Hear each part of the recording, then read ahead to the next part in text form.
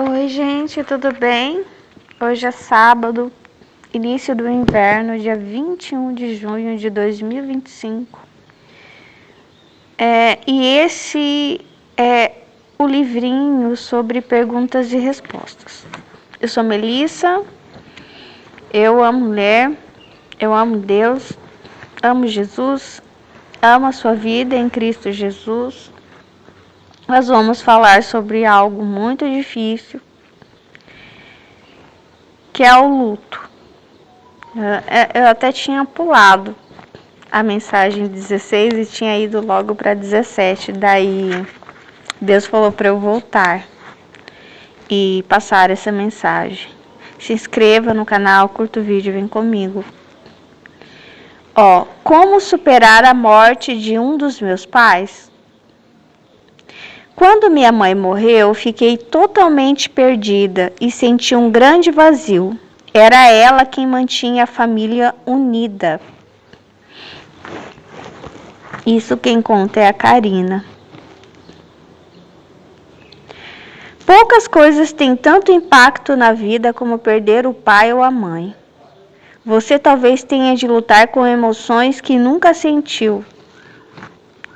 Bruno, que aos 13 anos perdeu o pai por causa de um ataque cardíaco, diz: na noite em que recebemos a notícia, só conseguíamos chorar e nos abraçar. Natália, que tinha 10 anos quando o pai morreu de câncer, lembra-se: eu não sabia o que sentir. Então, não senti nada, fiquei sem reação.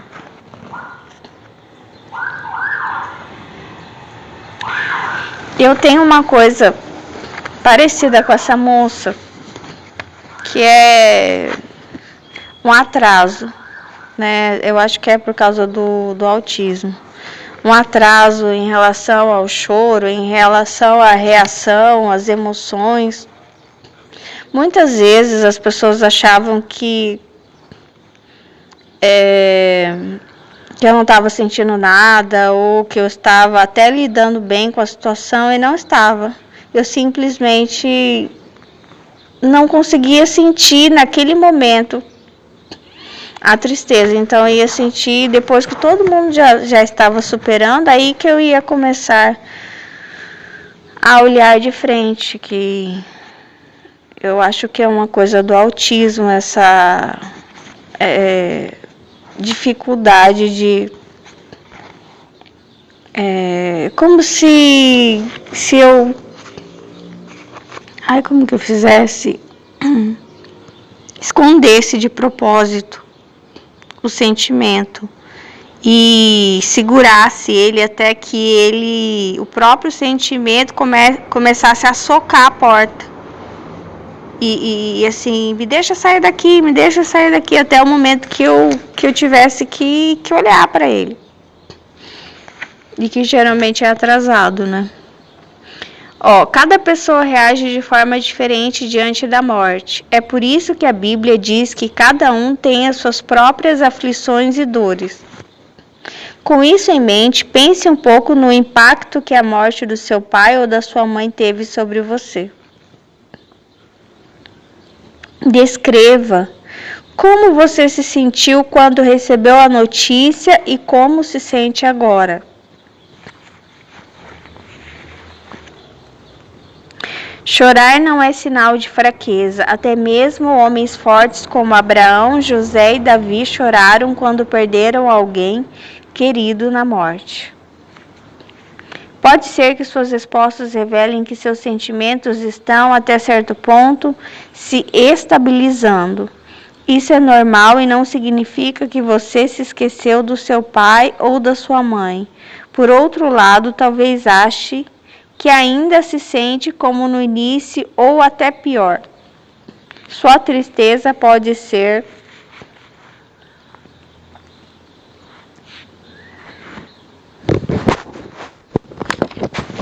comparada a ondas do mar que vêm e vão num ritmo constante, mas quando você menos espera, uma delas quebra com mais força.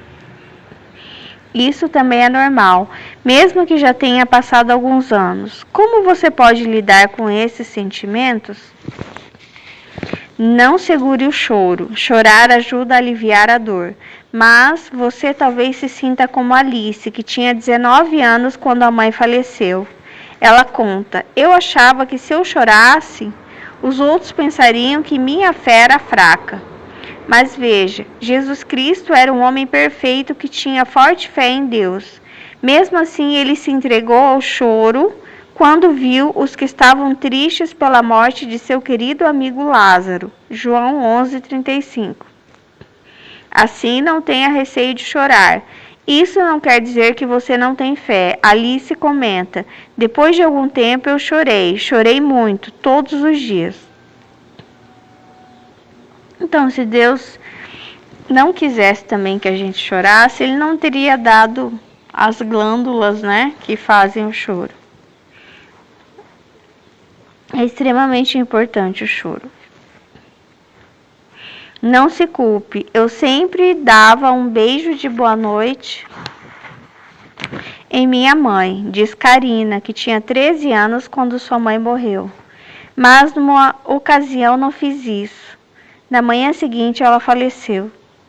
Sei que a culpa não foi minha, mas sinto como se fosse, por causa de tudo que aconteceu naquela manhã e por não ter ido vê-la na noite anterior. Meu pai tinha ido viajar a negócios e pediu que eu e minha irmã cuidássemos dela. Mas acordamos tarde. Quando chegamos no quarto, mamãe não estava respirando. Eu me senti péssima, porque ela estava bem quando meu pai saiu. Como Karina, você talvez sinta culpa por coisas que deixou de fazer. Pode ser que se torture com uma lista de se eu tivesse insistido que o meu pai fosse ao médico, se eu tivesse ido ver como minha mãe estava. Quando esse tipo de pensamento perturbar, lembre-se de que é normal sentir remorso por não ter feito as coisas de outro modo. A verdade é que você teria agido de maneira diferente se soubesse o que iria acontecer, mas você não sabia, por isso não deve se culpar. Você não é responsável pela morte do seu pai ou da sua mãe. Fale como se sente. Provérbios 12:25 declara: uma palavra bondosa o anima. Se reprimir seus sentimentos, será mais difícil lidar com o pesar. Por outro lado, se você falar a alguém de confiança como se sente, poderá receber uma palavra bondosa de consolo na hora em que mais precisar. Fale com Deus, você provavelmente se sentirá bem melhor depois de abrir o coração. E a Deus em oração. Por meio da oração, você recorre ao Deus de todo consolo que nos consola em toda tribulação. O modo de Deus consolar é por meio da sua palavra, a Bíblia. Romanos 15:4. O pesar não pode ser vencido da noite para o dia, mas a Bíblia pode dar consolo, pois ela garante que no novo mundo prometido por Deus não haverá mais morte, nem haverá mais pranto, nem clamor, nem dor. Apocalipse 21, 3 e 4. Você também descobrirá que meditar nessas promessas o ajudará a superar a perda do seu pai ou da sua mãe. Deus enxugará dos seus olhos toda lágrima e não haverá mais morte, nem haverá mais pranto, nem clamor, nem dor. As coisas anteriores já passaram.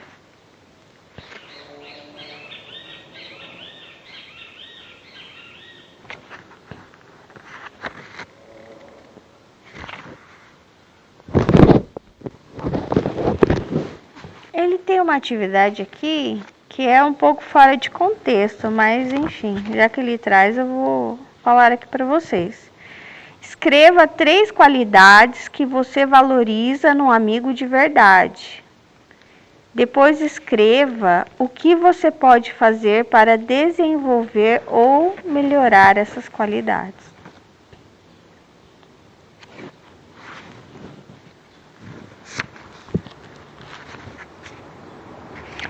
Uma coisa que Deus tem me falado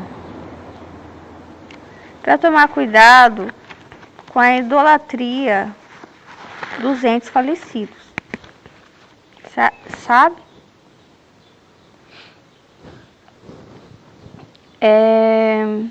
Existem algumas religiões que fazem isso, né? Altares com fotos de entes queridos, oferecimento de bebidas, sabe? Até bebida alcoólica. Em casa teve um altar desse, né? Um dia eu vou explicar melhor sobre isso. E às vezes minha mãe pedia para eu levar, né? Por pouco tempo ela pediu, porque eu logo já disse para ela: ai, mãe, eu não me sinto bem levando. Eu não queria sentir que eu não estava ajudando. Na verdade, eu sempre fui contra que houvesse esse altar aqui na minha casa. E eu reparei que depois que eu comecei a colocar, era café, chá e uma pinga. Uma cachaça, enfim, qualquer uma. Coisas estranhas começaram a acontecer comigo. Comecei a me sentir mal, sabe? A sentir opressão. Eu não lembro se eu comecei a ter pesadelos, mas, nossa, eu realmente senti uma coisa muito estranha. E muito ruim. E daí a minha mãe falou: não, então tá bom, pode deixar que eu levo. Eu fazia o chá, eu fazia o café, mas assim, eu não sentia que eu estava fazendo para aquilo, eu estava fazendo para a gente. Só que isso é uma coisa que externaliza, que é muito óbvio, é uma coisa que está sendo feita para uma fotografia, um ente falecido. A idolatria ela é muito óbvia porque ela se externaliza, mas Deus tem falado comigo, me alertado, para alertar vocês sobre coisas que não são tão óbvias, e sobre essas coisas a gente deve cuidar, porque talvez não haja um altar na sua casa, mas pode ter no coração. E é muito fácil. Você vai saber que você deixa de fazer algo ou faz algo por causa de um ente falecido. Entendeu? De modo que aquele evento é um bloqueio para você. Ou, enfim, entendeu? Não pode. Não pode. Um pai falecido, uma mãe falecida, um marido falecido, uma esposa falecida, não pode ser motivo de não fazer ou de fazer. Todas as coisas a gente faz para Deus, por causa de Deus, para ser luz e sal no mundo. Até tem um tempo que Deus estava falando muito, não sei se foi mais ano passado, né, sobre as viúvas.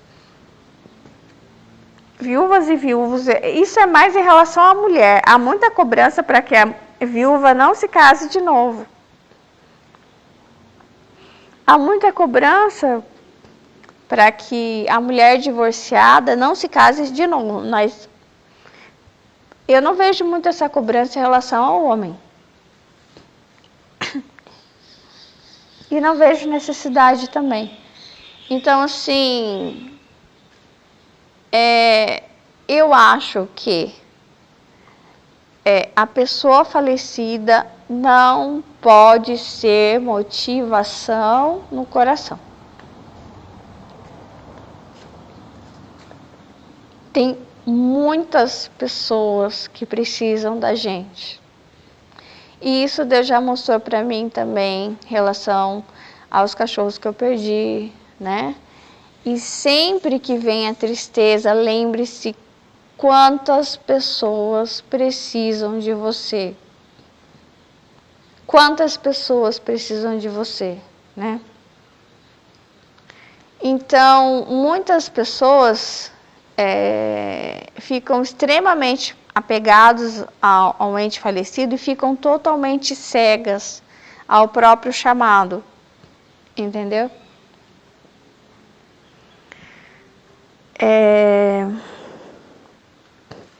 E aí, quando uma pessoa morre, é como se morresse um canal de transferência dessa luz e sal no mundo, porque o que vai fazer falta para você? Poxa, olha a menina, o que ela gostava? De ir ao quarto da mãe para dar um beijo de boa noite, quer dizer, esse canal foi fechado. Ela não vai mais poder salgar a comida da mãe, ela gostava tanto. E ela gostava de iluminar a mãe dela com um beijo de boa noite. Ela não vai poder mais. E a gente só se dá conta o quanto a gente gosta de amar as pessoas quando elas morrem, infelizmente, né? A gente tem a necessidade de amar, de se doar, de se entregar, de se rasgar pelo outro, como uma semente se rasga para que nasça o broto. A gente tem a necessidade de até de perder pelo outro, de perder o tempo, perder o dinheiro, perder, sabe, se sentir cansado de tanto amar o outro. A gente tem essa necessidade de doação, sabe? Porque é um cansaço bom.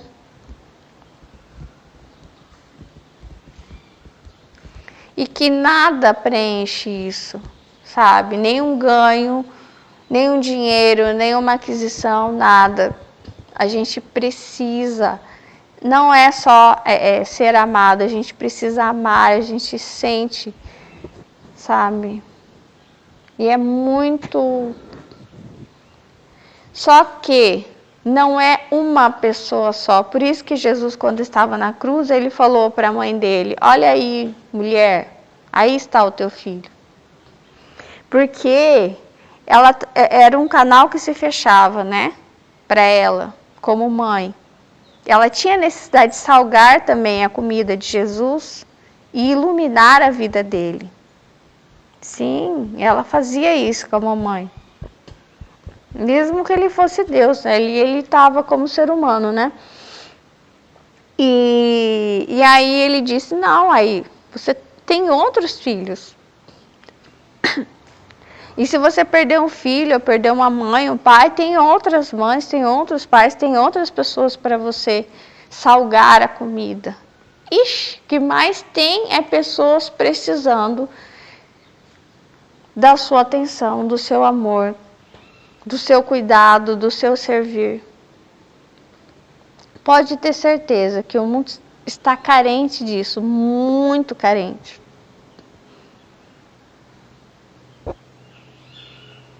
E eu até acho que as pessoas, elas não são egoístas porque elas querem. Porque elas estão ou fugindo do seu propósito, né? Porque também amar não é tão fácil assim. Se doar, se rasgar-se, né? E também porque eu estava pensando, né? Quando a gente chega no mundo,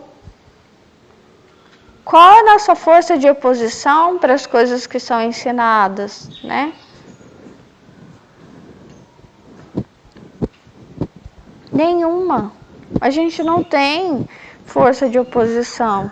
E uma das coisas que é ensinada é que a gente precisa buscar muitas e muitas coisas e provar isso e provar aquilo. E juntar muita coisa até que em algum momento a gente mereça ser amado. Mas isso vai demorar muito, até você provar quem você é. Entendeu?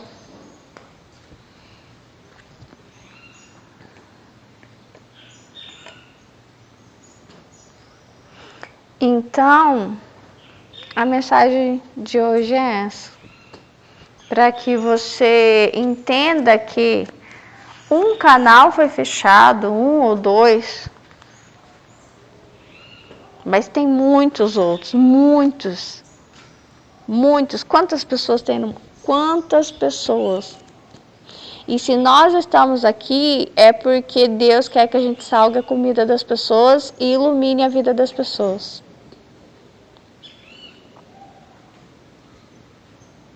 Sabe? E você não pode levar todo esse sal sem utilidade até o final da sua vida. Todo esse sal, toda essa luz. Se você não tem usado, não pode, tem que gastar tudo. Tudo. Tudo que puder em prol de amar as pessoas. Pior desperdício que tem é que você chegue ao final da vida com todos os pacotes de sal cheio. Sabe?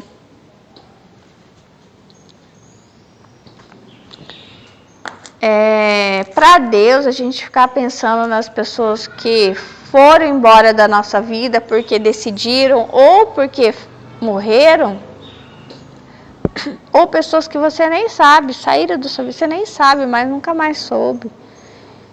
Tem um luto que é o luto de pessoas que nos abandonaram, né? Tem adultos que foram abandonados pelos pais, ou pelo pai, pela mãe. É uma morte pior, é um luto pior, né? Porque a pessoa não, a pessoa que morre, ela não decide se afastar de você, né? O abandono, ele é muito pior.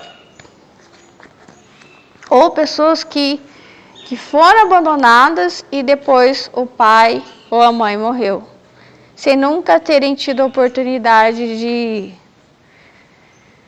entenderem, né, porque foram abandonados. Ou, sei lá, o marido que abandonou a esposa. Enfim, tem situações muito dolorosas. Eu já vi situações, quer ver? Eu vi 2 casos que eu achei incrível, tão parecidos. A esposa perdeu o marido, os 2 casos, idênticos, iguaizinhos, sabe? As 2 mulheres perderam o esposo em um acidente de carro e descobriram na hora. Uma delas já sabia, já tinha perdoado, tentaram reconstruir a família, apesar de que ela dizia, eu dormia chorando todos os dias, ele segurando na minha mão, porque eu não conseguia esquecer aquela traição. A outra não sabia, ela viveu assim, achando que o marido sempre era fiel a ela. Então, e aí uma delas já sabia, né? E aí os 2 morreram no acidente e uma delas que não sabia ficou sabendo na hora. Então ela ficou muito mal, né? Ela chorava muito até que depois, acho que não sei se a polícia foi, a polícia e outras autoridades foram ali para ver o acidente e aí informaram que ele estava junto com uma mulher, que eu não sei se morreu também no acidente junto. E aí ela foi ver, né? E aí descobriu-se que era amante dele. E que ela achava que ele estava viajando sozinho, né? E aí ela passou de chorar de tristeza, passou a chorar de raiva. E sem entender, enfim, por quanto tempo que aquilo estava acontecendo. Essa é a mensagem de hoje, né? E isso é algo que a gente tem que lembrar, de gastar os nossos sacos de sal até o fim da nossa vida, tá certo? Então salgue a comida das pessoas, ilumine a vida das pessoas. Isso é algo que eu lembro a mim também. Quando a sensação que você tem quando as pessoas morrem, né? Morre uma, morre outra. Você tem a sensação de ser invadido, de te arrancarem algo, sabe? E E gera, às vezes, uma coisa ruim, que é uma necessidade, não sei, eu sinto assim, de superproteção. E isso é muito ruim.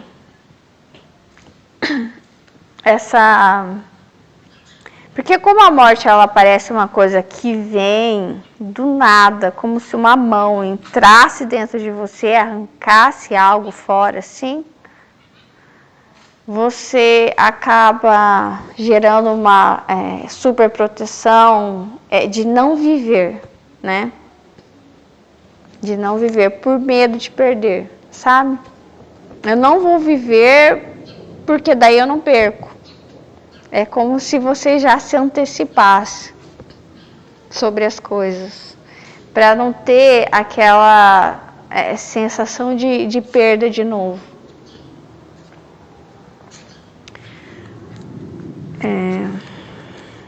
E é isso, né? A gente precisa reconhecer, a gente precisa orar para que Deus nos cure,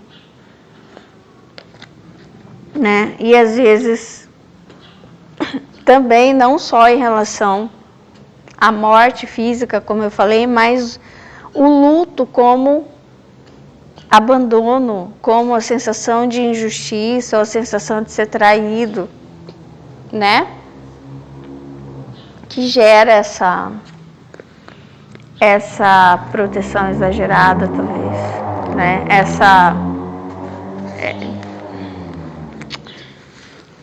descrença.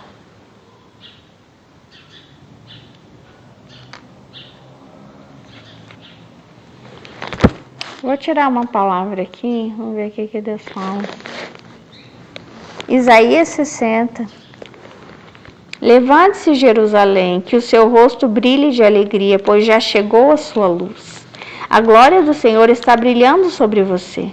A terra está coberta de escuridão, os povos vivem nas trevas, mas a luz do Senhor está brilhando sobre você. Sobre você aparece a glória de Deus, atraídos pela sua luz, Jerusalém, os povos do mundo virão, o brilho do seu novo dia fará com que os reis cheguem até você. Jerusalém, olhe em redor e veja o que está acontecendo. Os seus filhos estão voltando, eles estão chegando. Os seus filhos vêm de longe, as suas filhas vêm nos braços das mães.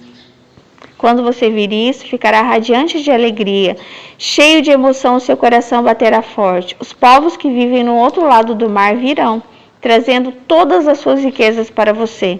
Os povos de Midian e de Efá chegarão com enormes caravanas de camelos. Virá também o povo de Sabá, trazendo ouro e incenso. Todos eles anunciarão as grandes coisas que o Senhor fez. De Quedar e de Nebaiote virão carneiros, que serão oferecidos no altar de Deus, como sacrifícios que agradam a Ele. O Senhor fará com que o seu lindo templo seja mais belo ainda.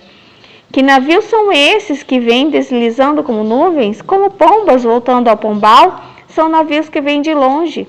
Os maiores vêm na frente, trazendo o povo de Deus de volta para o seu país.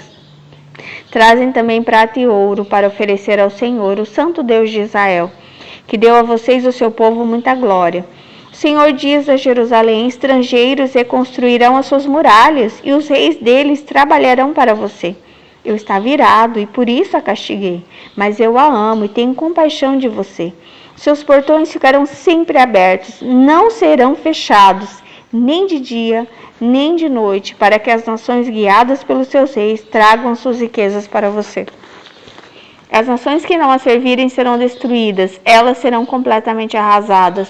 Cipreste, pinheiro e zimbro, que são as melhores madeiras do Líbano, serão trazidos para você, a fim de tornarem ainda mais belo o meu templo, o estrado onde descansam os meus pés. Também virão os filhos dos reis que a exploraram e maltrataram, e se ajoelharão em frente de você. Todos os que a desprezaram virão até você e encostarão o rosto no chão. Você será chamada de cidade do Senhor, a Sião do Santo Deus de Israel. Nunca mais você será odiada, nunca mais será uma cidade abandonada, sem moradores. Eu farei com que você seja bela e poderosa, com que seja para sempre uma cidade alegre. Nações e reis estrangeiros cuidarão de você, como a mãe que dá de mamar ao filho. Então você ficará sabendo que eu, o Senhor, sou o seu Salvador, que eu, o poderoso Deus de Israel, sou o seu Redentor. Em vez de bronze, eu trarei ouro para você, e prata em vez de ferro. Trarei bronze e ferro em vez de madeira e pedras. Farei com que a paz seja o seu rei e com que a justiça governe. Nunca mais haverá violência na sua terra. O seu país não será destruído e arrasado novamente. Você chamará suas muralhas de salvação e os seus portões de louvor a Deus. Nunca mais o sol a iluminará de dia, nem a lua de noite, pois eu, o Senhor, serei para sempre a sua luz, e a minha glória brilhará sobre você. Eu serei o seu sol e a sua lua, um sol que nunca se põe, uma lua que não para de brilhar. A minha luz brilhará sobre você para sempre, e os seus dias de luto chegarão ao fim. O seu povo fará o que é direito e para sempre será dono da terra prometida. Eles são a planta que eu plantei com as minhas próprias mãos, e eu os fiz para que eles mostrem a todos a minha grandeza. Este punhado de gente será um povo numeroso. Esta nação tão pequena será a mais poderosa de todas. Eu sou o Senhor e logo no tempo certo farei com que isso aconteça. Amém. Presta atenção. Os seus dias de luto chegarão ao fim. Os seus filhos estão vindo. Olha, os seus filhos vêm de longe, as suas filhas vêm. Os seus dias de luto chegarão ao fim. Este punhado de gente, não sobrou nada quase, né? Este punhado de gente será um povo numeroso. E no tempo certo Deus fará com que isso aconteça. Ele sabe o quanto foi tomado. Ele sabe quanto doeu. Mas Ele é o Deus que faz a vida. Ele é o Deus da família. Ele é o Deus da reconstrução. E aí Ele deu essa palavra. Não à toa, porque foi a palavra que eu usei no aniversário de 1 ano da minha filha, né? Porque eu achei que a minha família inteira ia morrer, que estava condenada, todo mundo morreu um atrás do outro, né? E aí, quando eu fiz o aniversário de 1 ano da minha filha, Deus começou a me dar palavras, todo ano, cada ano, e começou a dar promessas para mim. E eu acreditei que Deus tinha me dado ela. Mesmo que tenha sido de um jeito estranho e um pouco doloroso para mim também. Mas eu tive esperança de ver aquela vidinha. Toda vez quando eu olho para ela, eu vejo ela crescendo, eu tenho esperança. Eu tenho esperança. Então, assim, olhar para as crianças, olhar para os filhos, nos dá esperança. E se você não tem filhos ainda, é isso hoje que eu te desejo. Que você tenha, que Deus multiplique a sua família em nome de Jesus. Que Deus traga um filho no seu ventre ou no ventre da sua esposa. Que Deus te dê essa alegria. Amém? Dentro dos propósitos do Senhor, da maneira dele. Tchau, Deus abençoe vocês.